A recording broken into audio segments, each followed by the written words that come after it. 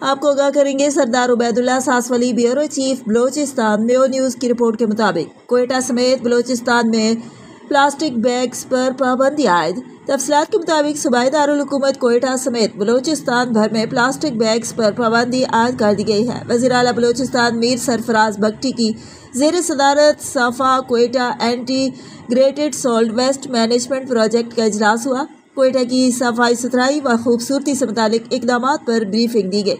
Briefing میں بتایا گیا کہ کوئٹہ کے 84 وارڈز سے روزانہ 1000 ٹن کچرا اٹھایا جا رہا ہے۔ اب تک شہر سے 2,81,000 ٹن کچرا اٹھایا جا چکا ہے۔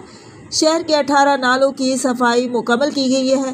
وزیر اعلیٰ بلوچستان کی صفا Quetta integrated solid waste management project کو مزید مؤثر بنانے کی ہدایت کی گئی ہے۔ وزیر اعلیٰ بلوچستان میر سرفراز بگٹی نے کہا، پلاسٹک بیگز پر پابندی سے ماحول کو محفوظ اور شہر کو صاف بنانے میں مدد ملے گی۔ حکومت کے اقدامات کی کامیابی عوامی تعاون سے مشروط ہے۔